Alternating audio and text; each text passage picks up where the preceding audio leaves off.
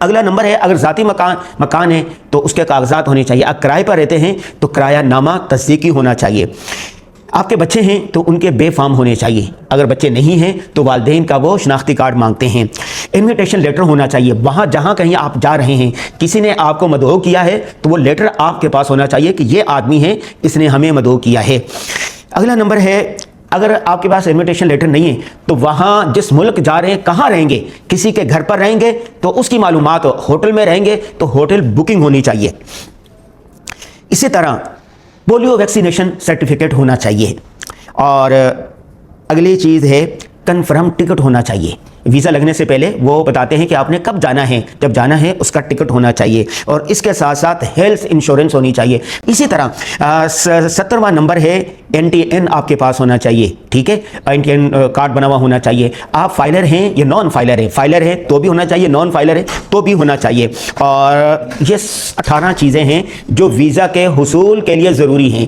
اکثر چیزیں یہی چاہیے ہوتی ہیں. بعض ممالک 2 چیزیں کم کر دیتے ہیں, بعض ممالک کی ریکوائرمنٹ ایک آدھ کاغذ زیادہ ہوتا ہے. مجموعی طور پر اگر یہ 18 چیزیں آپ کے پاس ہیں تو ویزا آپ اپلائی کر سکتے ہیں. ویزا کیسے اپلائی کریں گے؟ ہر ملک کی ویب سائٹ ہوتی ہے, آپ خود بھی ویزا اپلائی کر سکتے ہیں. نمبر 2 ٹریول ایجنٹ ہوتے ہیں, آپ سے وہ 5 سے 6 ہزار روپے فیس لیں گے. یہ سارے کاغذات آپ ان کو دے دیں, وہ ویزا پروسیس کر دیں گے, فارم بھر دیں گے, ساری رہنمائی کر دیں گے اور پھر آپ کا ویزا لگ کر آ جائے گا. دنیا کے ممالک نے ویزے آسان کر دیے ہیں.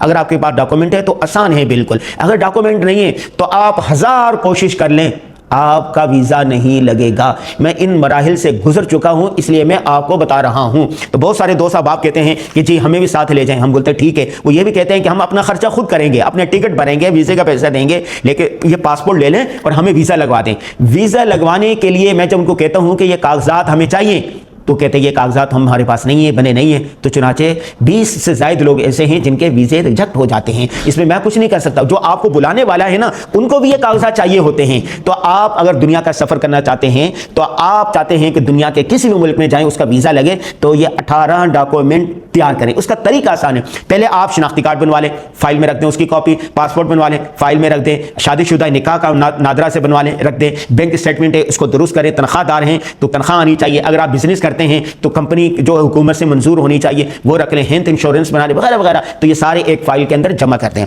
اب جو دوسرا سوال ہے, دوست احباب کہتے ہیں کہ ہم دنیا کا سفر کرنا چاہتے ہیں, ٹھیک ہے, لیکن مفت میں کرنا چاہتے ہیں. بالکل, آپ دنیا کا سفر مفت میں کر سکتے ہیں. ہم نے اب تک جتنے ممالک کا سفر کیا ہے الحمدللہ مفت میں سفر کیا ہے. 1 روپیہ بھی اس پر خرچ نہیں ہوا. اللہ کا بڑا کرم ہے. ذالک فضل اللہ یؤتیہ من یشاء. لیکن آپ بھی کر سکتے ہیں. اس کے لیے 5 صلاحیتیں درکار ہیں. اگر آپ کے 5 صلاحیتیں درکار ہیں, اب دنیا آپ کے لیے کھلی ہے. سیاحت پوری انڈسٹری بن چکی ہے. اگر آپ کو سفر کرنے کا طریقہ آتا ہے تو آپ مفت میں دنیا گھوم سکے. اگر آپ کو طریقہ نہیں آتا تو ایک ہی سفر سے آپ کی کمر ٹوٹ جائے گی, مالی اعتبار سے آپ کنگال ہو جائیں گے اور دوبارہ کسی ملک میں سفر کرنے کا نام بھی نہ لیں گے. 5 طریقے کیا ہے؟ دیکھیں, آپ کو اگر کوئی ناروے سے بلائے تو کیوں بلائے گا؟ مرشد سے آپ کو کوئی بلائے تو وہ کیوں بلائے؟ اگر آپ کو کوئی بلائے استنبول تو وہ کیوں بلائے؟ اگر آپ کو کوئی جاپان بلائے تو وہ کیوں بلائے گا؟ وجہ کیا ہے؟ آپ اس کے ماما لگتے ہیں, آپ اس کے کزن ہیں, آپ اس کے ابا لگتے ہیں, آپ اس کے دادا لگتے ہیں, آپ اس کے خالو لگتے ہیں. اب وہ آپ کو کیوں بلائے گا؟ کوئی وجہ تو ہونی چاہیے نا, کوئی ریزن تو ہونی چاہیے نا. تو 5 چیزیں, 5 صلاحیتیں اپنے اندر پیدا کر لیں. دنیا سے لوگ آپ کو بلائیں گے. نمبر 1, آپ کو بولنے کا فن آنا چاہیے. آپ کے پاس معلومات ہونی چاہیے. وہ جو بولنے کا فن ہے نا, لوگوں کو پتا چلے کہ آپ کو بولنے کا فن آتا ہے. آپ مختلف موضوعات پر تقریریں کرتے ہیں. اس کا آسان طریقہ, یوٹیوب پر اپنا چینل بنائیں, فیس بک پر, انسٹاگرام پر, ٹک ٹاک پر ویڈیو بنا کے ڈالیں تو پوری دنیا میں آپ چند ہی سالوں کے اندر مشہور ہو جائیں گے. لوگ آپ سے رابطہ کریں گے, کہیں گے حضرت ہمارے پاس بھی آئیں, ہم آپ کو اپنی مسجد میں, اپنے مدرسے میں, اسلامک سینٹر میں بیان کے لیے بلا رہے ہیں. نمبر 2, آپ کو لکھنے کا فن آنا چاہیے. دنیا بھر میں اخبارات پڑھے جاتے ہیں. الحمدللہ میں 20 سال سے روزنامہ جنگ میں کالم لکھ رہا ہوں. میرا کالم لندن میں بھی چھپتا ہے, لندن کے اخبارات میں بھی, اور وہاں سے ترجمہ ہو کے مختلف زبانوں میں چھپتا ہے. مرشد کے ایک اخبار میں بھی ترجمہ ہو کے میرا کالم چھپتا ہے. وہاں ایک تعارف ہے, وہاں پڑھنے والے لکھنے والوں کو بہت پسند کرتے ہیں. کتاب لکھنے والے بنے. میری 32 موضوعات پر کتابیں ہیں اور PDF ہے اس کی. کتابوں پر ویڈیو بنی ہوئی ہے, لوگ کتاب دیکھتے ہیں. تو وہاں سے تعارف ہوتا ہے. لکھنے والوں کو دنیا بھر سے لوگ بلاتے ہیں اپنے پاس کہ آئیں اور تبادلہ خیال کریں. نمبر 3, آپ ولاگر بنیں. آپ یوٹیوبر بنے تو ولاگر کو یوٹیوبر کو بھی لوگ بلاتے ہیں کہ ہمارے آئیں وزٹ کریں اور ہماری چیزوں پر آپ دیکھیں، اس پر ولاگ بنائیں، تو ان کی تعارف ہو جاتا ہے، اس کی شناخت ہو جاتی ہے، تب بھی لوگ آپ کو بلائیں گے۔ اور آخری بات جو میں کہنے والا ہوں وہ یہ، آپ اپنے اندر کوئی نہ کوئی صلاحیت، کوئی نہ کوئی مہارت، کوئی نہ کوئی اسکل پیدا کریں، مشورہ دیں، کنسلٹنسی کریں۔ بہت سارے وہاں کے جو ادارے ہوتے ہیں، آپ کو پتا ہوگا کہ جی آپ لوگوں کی کنسلٹنسی کرتے ہیں، بچوں کی تربیت پر گفتگو کرتے ہیں، اداروں کو مشورہ دیتے ہیں، وہ دیرا آپ کے مشورے پر عمل کریں گے تو بھی لوگ آپ کو بلائیں گے۔ ابھی ایک ادارہ تھا، انہوں نے مجھے اپنے بچوں کے حوالے سے ہم سے مشورہ کیا، ہم نے مشورہ ان کو دیا، الحمدللہ انہوں نے جب وہ شروع کیا تو ان کو کامیابی ہوئی، بچوں کی تربیت کے حوالے سے بھی، اسکول کو معاشی طور پر بھی فائدہ ہوا۔ ایک دوست کی فیکٹری تھی، ان کو میں نے مشورہ دیا کہ آپ کا یہ یوں ہے، اگر آپ اس کا پیکٹ بھی چھوٹا بنا لیں تو اس سے بھی فائدہ۔ اس نے کہا گڈ آئیڈیا، اس پر عمل کیا، الحمدللہ اس کو فائدہ ہوا۔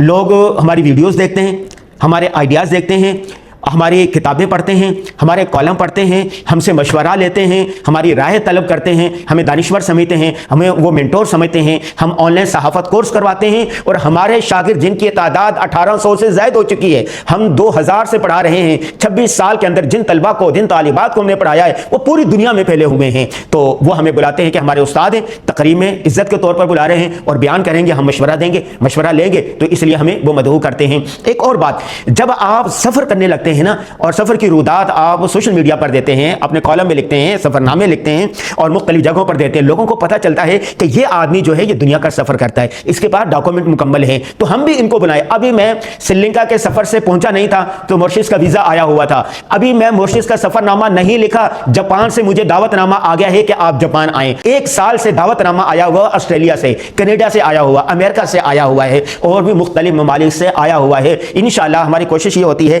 کہ سال میں 1 یا 2 ممالک کے سفر کریں۔ اگلی ویڈیو میں ہم آپ کو یہ بتائیں گے کہ مورشس کیسا ملک ہے، وہاں آپ کے لیے کیا مواقع اور ہم آپ کی کیا رہنمائی کر سکتے ہیں۔ آخری بات، سری لنکا کا ہم نے سفر کیا، مورشس کا سفر کیا۔ سری لنکا میں جتنی ویڈیو ہم نے بنائی، جتنے ولاگ بنائے، 10% ہم اپنے فیس بک پر اپلوڈ کریں، 90% ہمارے کیمرے کے اندر، ہمارے موبائل کے اندر موجود ہے۔ ابھی مورشس کا سفر کیا تو 5% ویڈیو ہم اپلوڈ کر پائیں، باقی ساری ویڈیو انٹرویوز ہمارے پاس محفوظ ہے۔ تو ہم نے اپنے ایڈمن صاحب کو، اپنے ایڈیٹر صاحب کو کہہ دیا کہ بھائی روزانہ 1-2 ویڈیو بنائیں، اور ہمارا جو فیس بک پیج ہے، آئی ڈی نہیں، فیس بک پیج جو ہے انور غازی آفیشیل کے نام سے، اور ایک اور فیس بک پیج ہے مولانا انور کے نام سے، 2 فیس بک پیج ہے، ایک آئی ڈی ہے۔ آئی ڈی پر میں مختلف چیزیں یہ دیتا رہوں گا یہاں کی، لیکن یہ جو فیس بک 2 پیج ہیں ان پر، ایک پر ہم سری لنکا کی چیزیں دیتے رہیں گے اور دوسرے پر ہم مورشس کی چیزیں دیتے رہیں گے۔ اسی طرح ہمارا یوٹیوب چینل ہے، 5 یوٹیوب چینل ہیں، ایک مولانا انور کے نام سے، ایک غازی پوڈ کاسٹ کے نام سے، ایک انور غازی شارٹ کٹ کے نام سے۔ تو ایک پر جائیں گے تو نیچے لنک دیے ہوتے ہیں، تو وہاں پر بھی یہ ساری چیزیں آتی رہیں گی۔ انسٹاگرام ہے انور غازی کے نام سے، ٹک ٹاک ہے انور غازی کے نام کے، اسی طرح انور غازی کے نام سے ہی ٹویٹر بھی ہے۔